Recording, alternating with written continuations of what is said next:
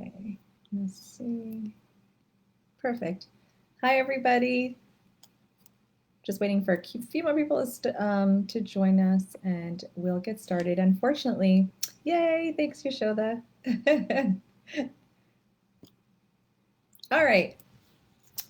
Hello, everyone. My name is Dr. Jasmol Sardana. I am an internal medicine physician. I also am board certified in lifestyle medicine, and I work at the Barnard Medical Center in Washington, D.C., where I'm able to practice primary care, and I've also have the opportunity to practice lifestyle medicine with all of my patients.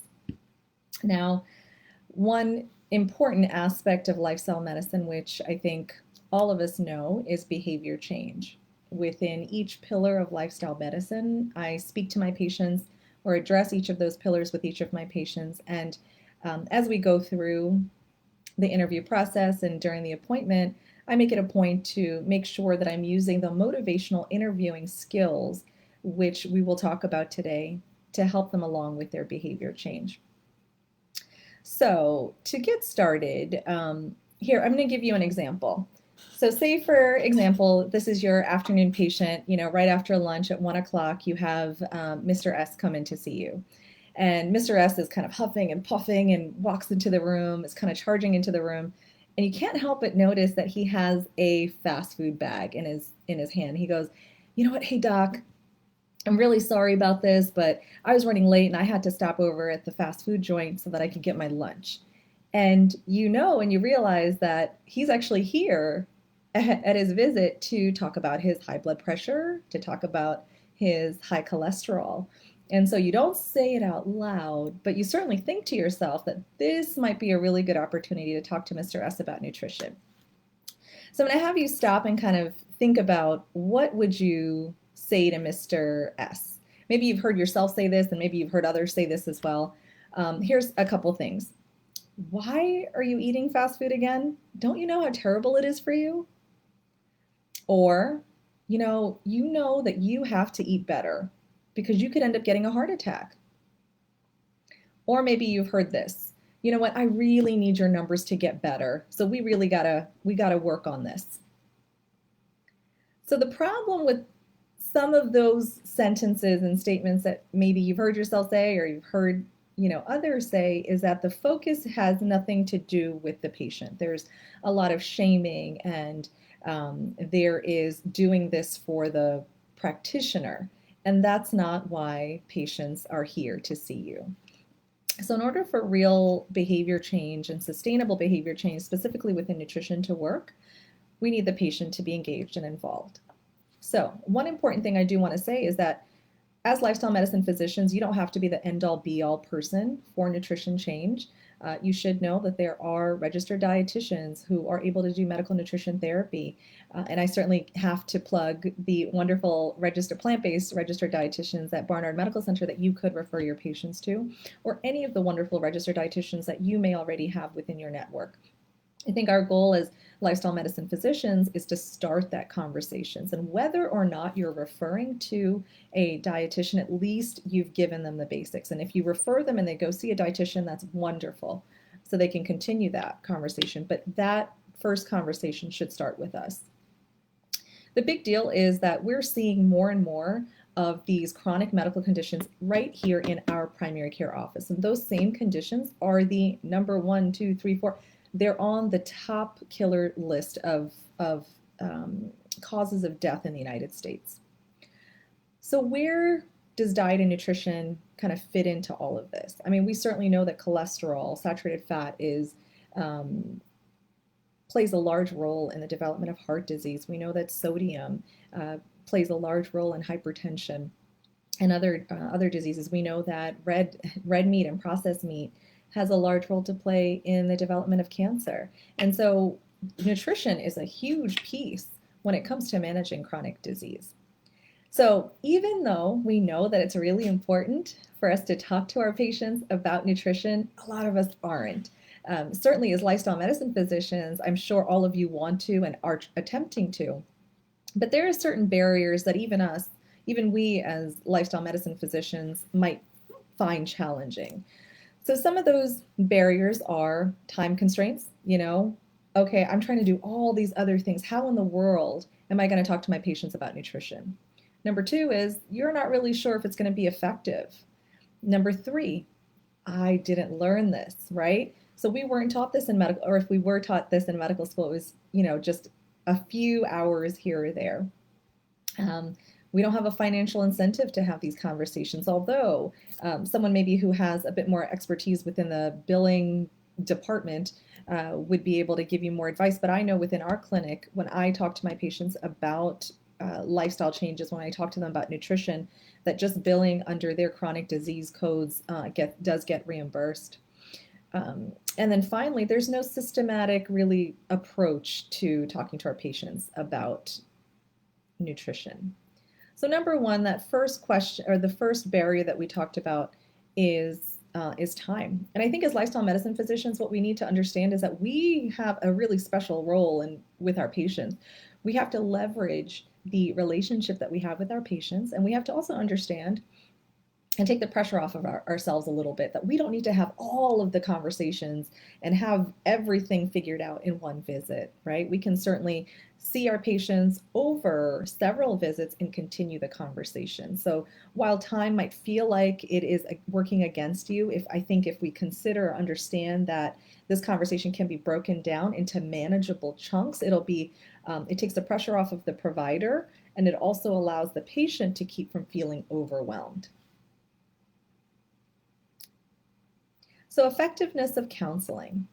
There's certainly evidence out there that tells us that obese patients, for example, who were just asked and advised by their healthcare provider to lose weight, were more than 3 times likely to just attempt to lose weight. And they were also more likely to report a clinically significant weight loss. Inadequate medical education, training, and lack of confidence. Obviously, if we're not taught how to do this in medical school, if we're not taught how to do this in residency, how would you feel confident approaching your patient about this subject? So sadly, that's something that's true across the board, not just in medical schools, but in nursing schools and dental schools, any healthcare professional. Unfortunately, we're not doing great when it comes to teaching the next generation of healthcare providers about nutrition, and therefore we're not set up to be confident, and unfortunately our patients then suffer as a result. So how do you bridge that nutrition knowledge gap? I think a lot of it, we are lifelong learners by what we do, right? So a lot of that does fall on us to bridge some of that, the nutrition gap, and seeking out resources that are online to help us figure out the knowledge base that we need to feel comfortable to pass on to our patients. Financial incentive, we're not sure if we get paid well for this. Certainly, as I mentioned, in primary care clinics, you can bill under a 99213 or 99203 if patients have chronic medical conditions and you're talking to them about lifestyle medicine and get, and be reimbursed. There are programs that have been set up. For example, one is the intensive behavioral therapy for obesity, and CMS covers this. And I believe it is over the course of, I think it's a total of 22 visits over the course of, I believe, 12 months, that where it allows and encourages primary care providers to talk to their patients about behavior change, including nutrition, to tackle obesity. The patients have to have, I think they have to have a certain BMI range in order to qualify, but that is reimbursed. Now, lack of a systematic process in which to deliver this type of, or have this type of conversation.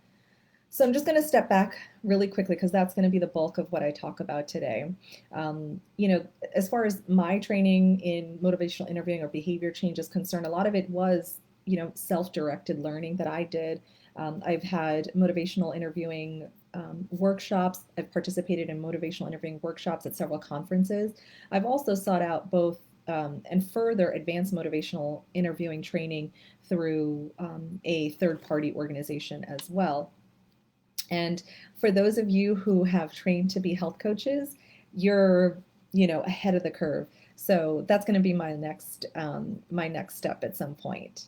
But so some of you who've already gone through the health coach training probably understand this already. But we're just going to go over this, and this might be just a little bit of a refresher for you. So I want to talk to you about the stages of change. This is so, so important.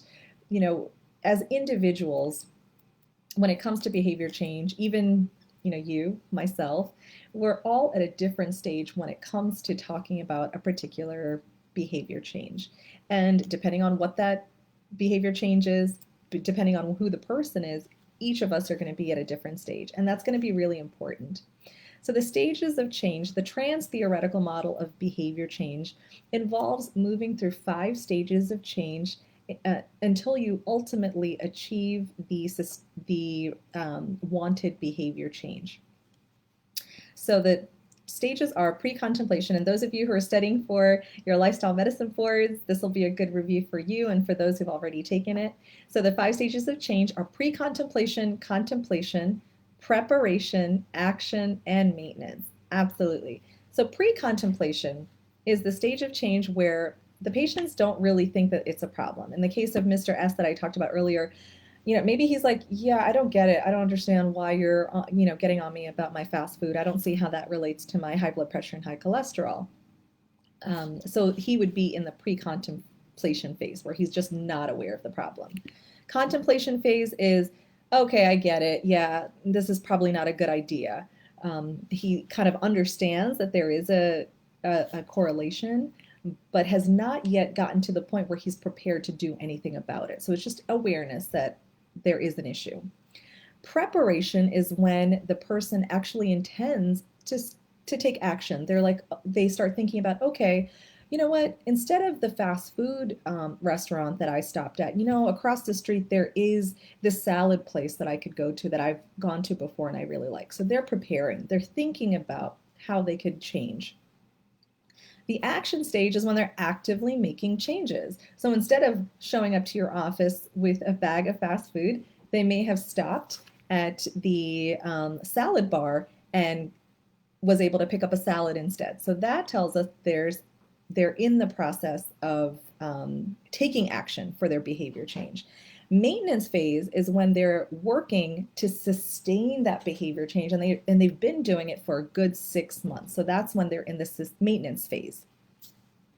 And those things are, again, important to keep in mind while you're talking to your patient. And depending on what stage of change your patient is in, you want to ask them particular questions, or what your role is as a provider is going to be a little bit different. So if your patient is in the pre-contemplation phase, our role there is really just to draw attention to the problem, to help them be more aware of the issue. You might want to ask them, so, what would have to happen for you to know that this is a problem? What are some warning signs that would let you know that this is a problem? If you find that your patient is in contemplation phase, and again, figuring out which stage your patient is in comes from active listening. It just comes with asking questions and understanding who your patient is. Contemplation phase. What's your role? What would you ask during that stage? So a couple things you could ask them are, why do you want to change at this time? What are your reasons for changing? And also really important to ask are, what are the barriers you want to explore with them? What are the barriers today that are keeping you from changing? And what would help you at this time? If they're starting to think about making some actions, they're in that preparation phase. The questions you may want to ask them at that point is, do you have a plan to help you make this change? And if so, what are the steps in the plan that you've made? How will you know you've been successful in making this change is another really important question. What if you have a great patient who's already taking steps and you want to make sure that they continue to make these really good choices for themselves? What are some things that you could ask them? So if they're in action phase, you can ask, what step are you working on right now? How are you doing with this? What are things that are easy? What are the things that are easy for you to change? And what are the things that you've been finding have been a challenge? Again, kind of working through barriers so that when they're faced with it, they would have already talked about it with you and considered those challenges. If they're in the maintenance phase and they're doing really great, we want to make sure that they're not lapsing or relapsing back down into any of the other stages. So questions you want to explore with your patient at that point could be, so what are you doing to keep the change going? What's been helping you to be successful? And what are you going to do to keep from going back to where you were before? Again, really important questions to explore with your patients so that, again, that they're prepared. There are two stages of change that I didn't really discuss within the 5 stages of change. They are lapse and relapse. So this happens. A lapse is just like a short, I fell off the wagon. I have been doing great for about 6 months, and then, I was out of town and I was in a bind, so I went and got something that was unhealthy for me. That's a lapse. But they quickly regain they quickly get back to maintenance phase. But however, a relapse is when a person, it's not a quick fall off the wagon. It's, I really can't handle, there was maybe a large stressor in their life. I can't handle this stuck, and I kind of fell off. I fell back and I'm kind of right back where I started. So our role in those situations is really to be non-judgmental, is to talk through what it is that happened, what caused that lapse or that relapse, and then to work with them to get back to where they were. So now that we've talked about what the stages of change are, do we just kind of, sit back and watch our patients walk through and go through those stages of change, and just kind of watch it? No. So this is exactly where motivational interviewing comes into play. So we know that patients, in order to move, and the evidence tells us and the literature tells us that as patients, for patients to move through those stages of change, what needs to happen is an increase in something called intrinsic motivation. There needs to be an intrinsic motivation that continues to build. As a lifestyle medicine practitioner who's talking to their patients about nutrition, you can use motivational interviewing in order to build that intrinsic motivation. So I'm going to give you an example. For example, you're sitting in a car, and you may have heard this analogy before, but pretend you're sitting in a car with your patient, and you would think traditionally what we're the drivers, right? And the patient's just kind of sitting in the passenger seat, and we're supposed to drive them to optimum health. And in fact, what motivational interviewing does, it flips that. It puts the patient in the driver's seat and it puts us in the passenger seat. So already there you can see that the pressure's off of us a little bit, and it empowers our patients to drive themselves to optimum health. So how does motivational interviewing do this? So Miller and Rolnick were the individuals who created motivational interviewing, and it was actually brought out of addiction medicine. And motivational interviewing, what it truly is, it is a way of communicating with your patient. It's actually quite different from how we were taught in medical school and residency. It is non-judgmental. The strategies of motivational interviewing, as Miller and Rolnick describes it, it's much more persuasive than it is coercive, and it's much more supportive than it is argumentative. And the overall goal of motivational interviewing is, again, to increase intrinsic motivation. So the difference between intrinsic and extrinsic motivation, extrinsic motivation is the doctor maybe saying, oh, you know what, Mr. S, your numbers look really bad, and you might have a heart attack in the next few years if you don't change. That's extrinsic motivation. However, if the patient is able to realize for themselves, hey, you know what, how I'm eating and my lifestyle right now is not conducive to my goals of wanting to live a long, healthy, robust life, that is intrinsic motivation. So motivational interviewing helps to improve and increase that. So how exactly does it do this magic? In fact, it's not really magic. So there are two important things. Motivational interviewing does something called, so it confronts ambivalence. So what's ambivalence? Ambivalence is this kind of feeling that patients and I sometimes have about certain behavior change. On one hand, we know exactly what it is that we want to do, and most patients are like this. They know exactly what it is they want to do, but on the other hand, they're not really sure how to do it. So in between those two kind of stages, they're stuck. They feel stuck. They know what they want to do, but they don't know how, and they're just kind of stuck in limbo. Motivational interviewing confronts that head on. And the other thing that motivational interviewing does, in addition to confronting ambivalence, is that it increases something called change talk. So when you talk to your when you at your next appointment with your patients, take a listen. Most patients kind of waffle back and forth between change talk, something called change talk, and something called sustained talk. Change talk is any expressed language that is an argument for change or a resolution of ambivalence in favor of change. And I'll give you some examples. Sustained talk, on the other hand, is any language that's not in favor of change. So I'm going to give you an example. Say it's Mr. S, and you decide to ask him, so Mr. S, and this should be an open-ended question, tell me about your fast food intake. And this is maybe what Mr. S would say to you. And I just want you to pay close attention to this.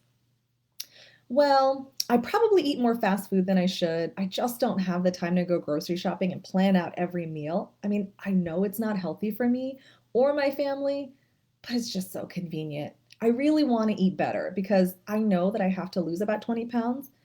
Maybe after this really busy month at work, I could cut back. So what do you think? Did you hear change talk in that conversation? Did you hear sustained talk? You heard both.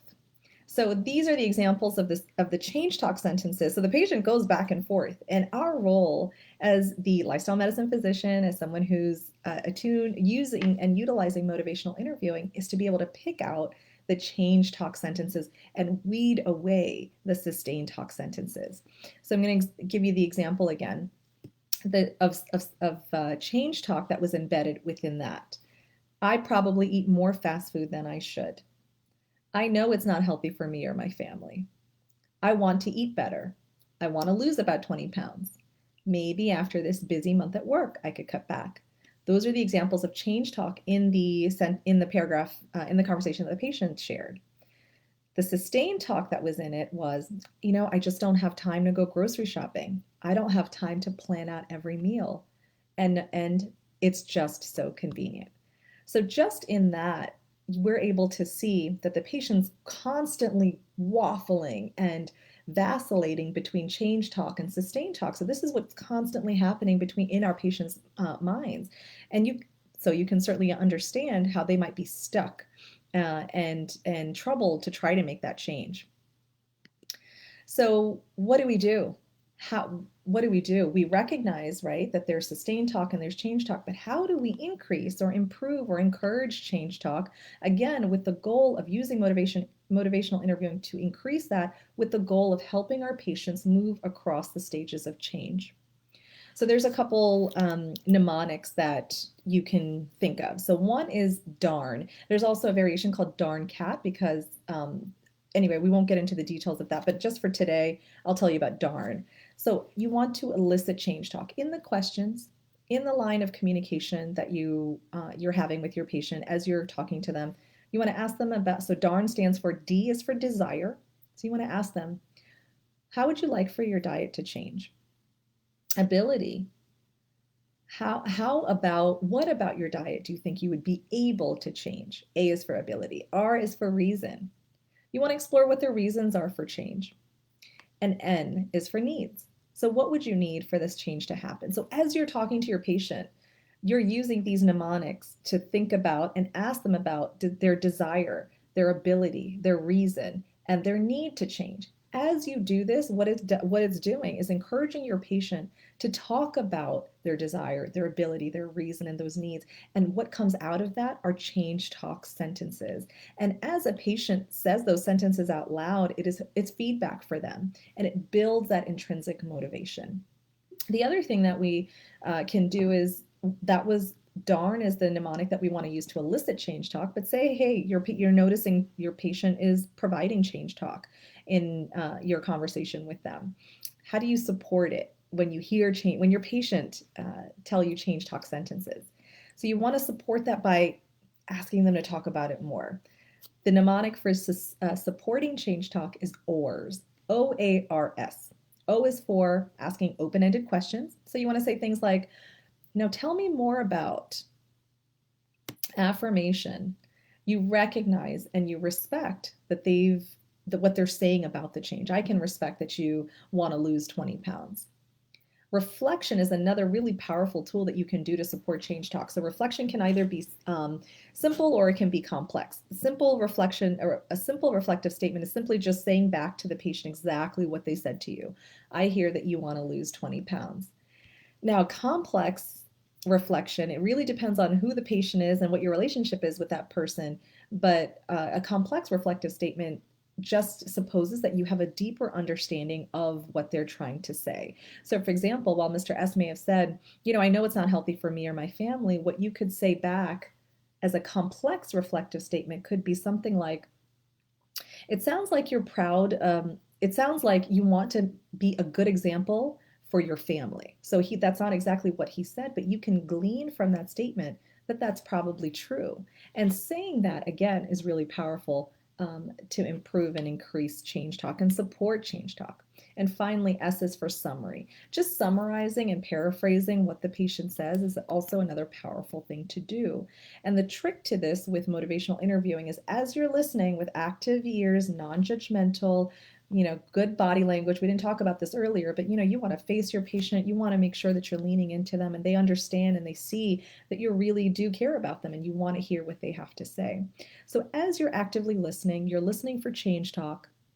And once you hear the change talk, your goal, I had a trainer explain it to me this way, which I thought was really beautiful, is that in that paragraph the patient's telling you, in that conversation, you're going to again hear change talk and sustain talk. And it takes time to do this.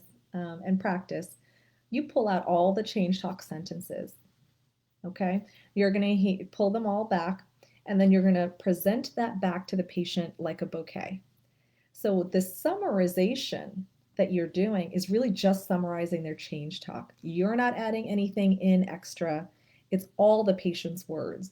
And so you present it back. And how that would look is, we talked about the change talk sentences that the patient told us, in our conversation. A summary, an example of a summarization of that person's change talk, of your patient's change talk, could sound something like this. Thank you for sharing that with me today. To summarize what we talked about, I heard that you're aware of the fact that you're eating more fast food than you should, which you realize isn't healthy for you or your family. You want to eat better so you can lose about 20 pounds, and you'll consider cutting back on your fast food meals at the end of the month when you're not as busy at work. So if you can see what I did there, I didn't add anything. It was all the patient's words. And then you summarize it and bring it back to them. There's not really too much that they can argue about there. And so again, briefly, that's those, we talked about the barriers to change, the barriers to talking about nutrition with our patients. We talked about the stages of change and how important it is to figure out exactly where in which stage of change our patient is in, so you can meet them where they are. It really doesn't make sense to, set up a SMART goal with someone who isn't even aware that how they're eating is an issue.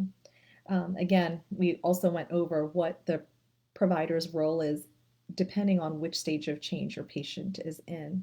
So that's going to take practice, getting to know your patients and keeping that stage of change, the stages of change in the back of your mind, and then adjusting your questions to your patients based on where they are. That's meeting them where they are. And then once you meet them where they are, you're going to start with the motivational interviewing. There are 4 processes of motivational interviewing. After I've kind of given you the reasonings behind motivational interviewing and how to improve change talk, because change talk is what improves intrinsic motivation, again, and that is what moves patients along the stages of change. So how exactly are you doing this? There's 4 processes. And again, this is going to take practice. Just listening to me is not going to be enough. This is going to be great as a primer, but practicing with your patients, practicing with your family, practicing with your friends is going to be really key, because being able to ask these questions is not second nature until you've practiced. So the first process of motivational interviewing is engaging. You want to engage your patient. You want to say, hey, hi, how are you? What brings you in? Just what you would do, just greeting your patient during the start of your appointment.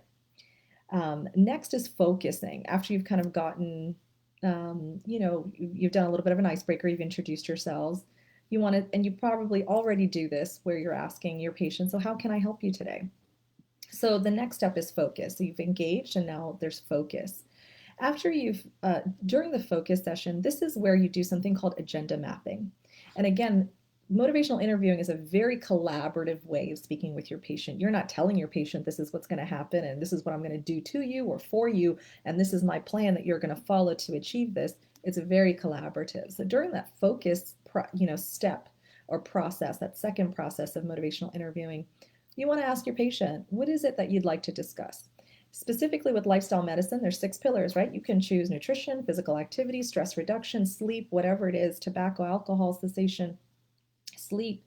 You can ask them, you can present them an array of things that you could potentially speak about and have them choose. For the purposes of our talk today, we're going to assume that they're going to choose nutrition. And so once they've picked what it is that they want to talk about, then you want to ask them, well, what is it that you would like to get out of this visit today? And you really just want to ask them, and that helps to focus exactly what it is that they want to talk about. It might be that they want to cut out sugar in their diet. One important tip and trick that I really like to use that I remember hearing is just asking your patient, when you think about your diet, where do you see most room for improvement? Now, that's a powerful statement. And the reason is it supposes that most people already have thought about this. So you're leveraging that. I imagine, all of you probably know or have considered and thought about, man, I could probably tweak this, or I could probably eat less of that. I probably need to get more of this to yourself at some point.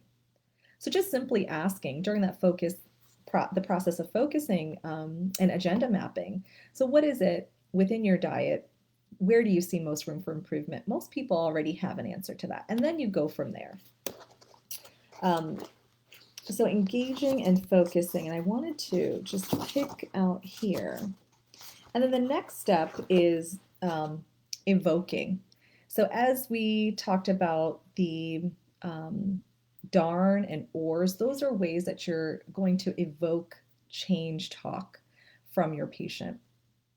And then finally, after evoking the patient, excuse me as I grab some of this, is planning for change. And that's the final step. So there's engage, focus, evoking, and then planning for change. And then finally, during that final stage of planning, that's where SMART goal setting comes into play.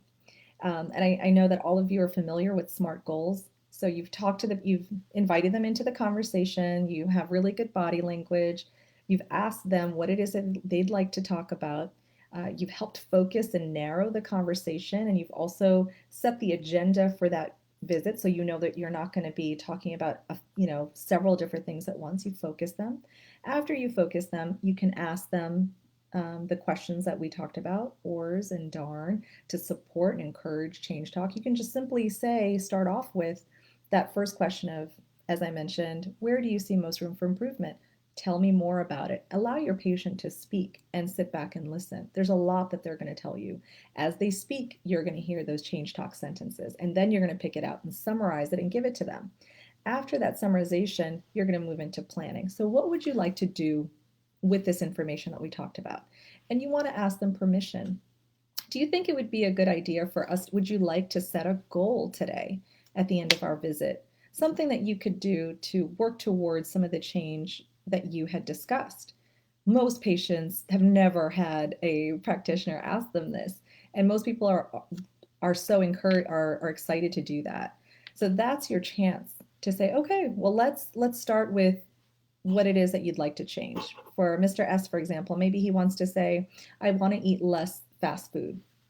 So the goal of a SMART goal is to take that really vague, broad, generalized goal and turn it into a really specific, measurable, attainable, realistic, and a time-bound goal. And you work through your patients and create a SMART goal with them. And so at the end of that visit, you've gone through a lot of these, as you practice, you would have gone through assessing their stage of change. You're going to listen to them for change talk sentences. You're going to summarize that change talk sentence. And then you're going to leave them with a plan and an actionable goal that they can leave with. And I think that is the most important thing that we can do for our patients, is to empower them with not just all the expert knowledge that we have, because we are certainly the experts when it comes to some of this knowledge, but understanding that our patients are the experts when it comes to themselves. And so we have to meet each other in the middle and empowering our patients, not just with knowledge, but also showing them, holding up a mirror to them and saying, hey, listen, I hear the change that you want to have. This is what I heard from you today.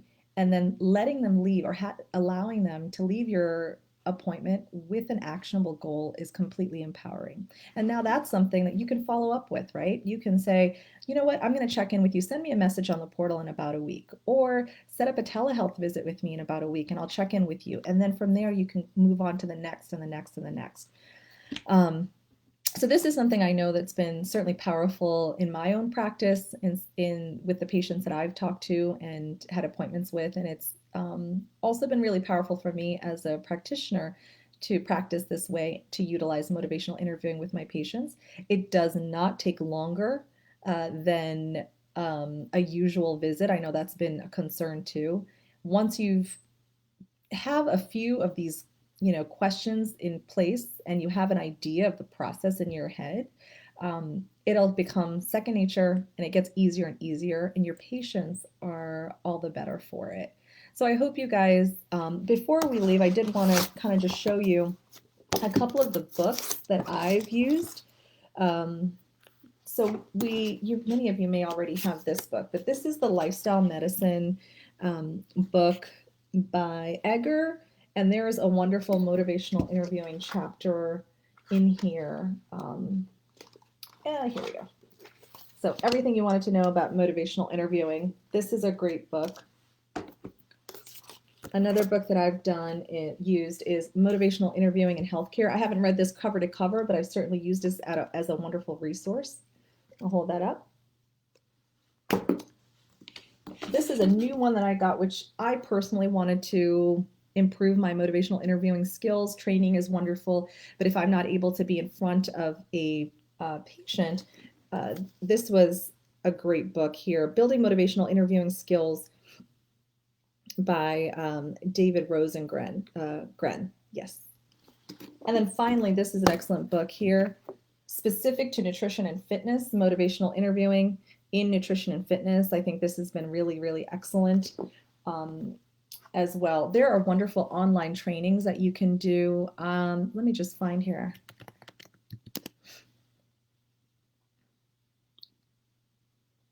The training, the advanced motivational interviewing training that I did was with a group called IFIOC, the Institute for Individual and Organizational Change. They actually have online trainings coming up right now for both basic and advanced motivational interviewing. So if that's something that you're interested in, their company is ifioc.com. I had a great experience with them. I don't have any financial ties to them, just that I had a great experience with them. So I just wanted to share that little bit with you. I hope that you were able to learn something from this. I hope that you're encouraged and excited to try this with your patients. If you're a little bit nervous, do what I did. I was practicing on my husband and my family before I started with a patient. It's been really powerful to me, because the other thing that's really powerful about motivational interviewing and speaking to your patients in this way is that the solutions come from the patients themselves. They know, again, they're the experts of themselves. So all of the solutions actually come from them. As you're asking them these questions, they'll say, okay, well, I know that there's this salad place that's down the street that's actually a little bit closer than you would never have known those things, those details. Only your patients know. So motivational interviewing is really powerful because we know that the solutions for behavior change are within our patients. We just have to be willing to be non-judgmental, to meet them where they are and help them discover those solutions for themselves. So I hope you guys learned something. This was fun. Thank you, Yashoda. I'm sorry that we had some technical difficulties, but look forward to talking to you guys again soon. Bye-bye.